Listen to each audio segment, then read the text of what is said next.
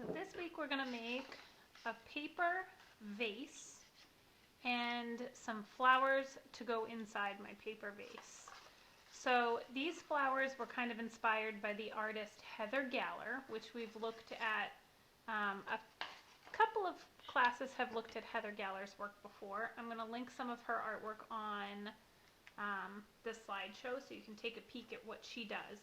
But she does a lot of flowers that have patterns and designs in them. They don't look super realistic, they're a little abstract, but you can definitely tell that they're flowers.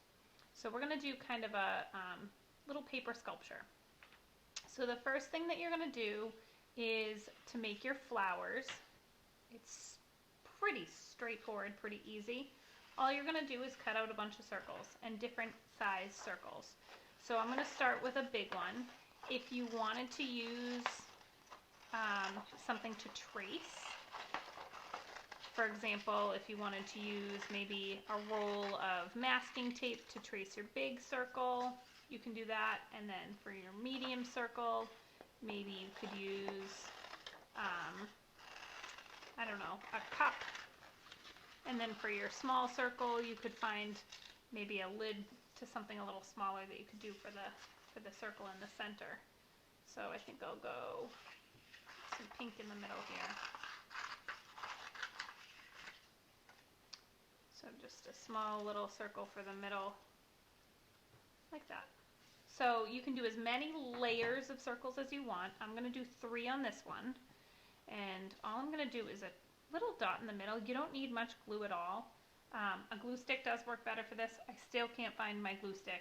I know there's one in this house, but I can't find it. So a little bit of glue in the middle, and a little bit more glue in the middle of that. And I kind of like that they stick up.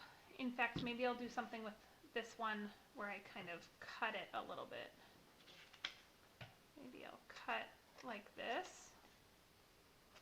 all the way around this one to make some kind of like petal pattern. And back at the beginning, and maybe I could kind of fold them up a little bit, do something to make it look a little bit more flowery. So you can also look up paper flowers on Google, and there's a ton of different ways to make paper flowers. But so for this, all Heather Galler does when she does her flowers is she does different patterns on each kind of layer and level. So maybe in the center, we'll do a spiral. And it doesn't have to be perfect. Maybe the next layer out, I'll do some dots.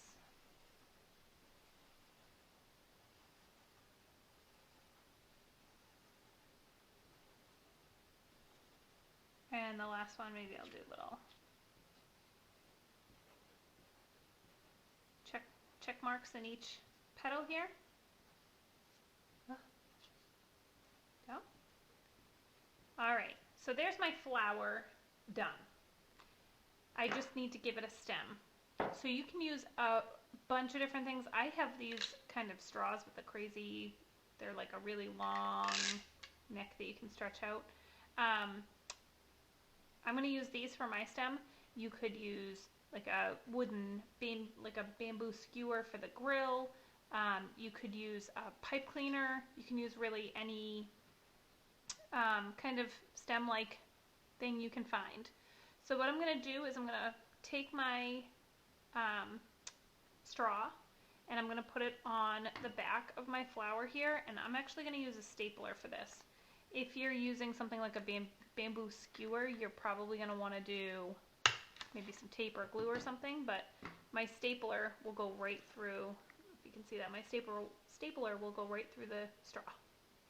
And this is kind of fun because I can kind of bend the straw. So there's another flower for my vase. So let's make a vase now. To make a vase, you need 1 sheet of colored paper. And what I like to do is just kind of take another piece of paper here, just for an edge. I need to leave a good piece of paper not cut, and you'll see what I mean. So I'm just going to cover like the top third of this or so. It doesn't really matter as long as you have a good piece at the end. I'm just going to draw a line kind of down like this. And it's okay, it's not perfect. But so this piece, this part up here, I'm not going to cut. This part down here, I'm going to cut stripes right up to that line. And if you go a little beyond that line too, that's fine. And these little stripes don't have to be super close together. You can kind of keep them a little bit further apart. And actually, it makes it a little easier if you keep them kind of far apart instead of doing them really skinny, because the next step, we have to curl these, okay? So you can see I have them all cut apart. Some of them go past the line a little bit. Doesn't really matter. As long as you have a good space up here, if you cut right all the way to the edge, you might end up tearing your paper. That's why we keep a good space up here. So all I'm going to do next is start to curl these. And I'm going to curl each stripe up like this. Get it to stay. There we go. So curl, curl. We're going to go all the way down. Let's see if I can do two at a time here to speed this up a little bit. There we go.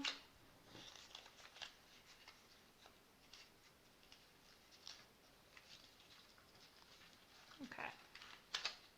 So once you're to the end and you have them all curled, again, a glue stick works for this. I have my stapler here, so I'm going to use my stapler, but whatever you have is fine. Alright, so there are my curls. I'm going to take this, and all I'm going to do now is make it into almost like a funny crown. Kind of looks like a big flower or something like that. And I'm just going to staple this together. And again, if you have glue, feel free to glue it so it stands up like this. Okay? Kind of a weird looking thing. The next thing I'm going to do is I'm going to take a strip of paper. I'll take maybe this purple paper that I drew that line with before. Just going to take a kind of a little ribbon. You could actually use string if you wanted to for this. And I'm just going to gather up the curls at the top and kind of crunch them. And I'm going to wrap this purple piece of paper around. This feels like I'm squishing it, but that's okay, because I can fluff it back up a little bit later. Okay, and I got to get my stapler in here. This is probably a good place. Probably a good place to have a glue stick, because the glue would definitely be easier. There we go. Alright, I'm going to line that up with the seam on the back. Where's my seam? Back here. Slide that around. And I can trim off the extra.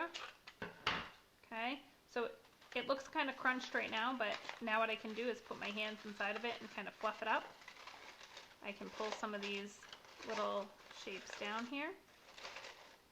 And there is my vase. And if you wanted to, you could have curled this the other way so that line wasn't showing, or you could do patterns on your vase to cover that line up.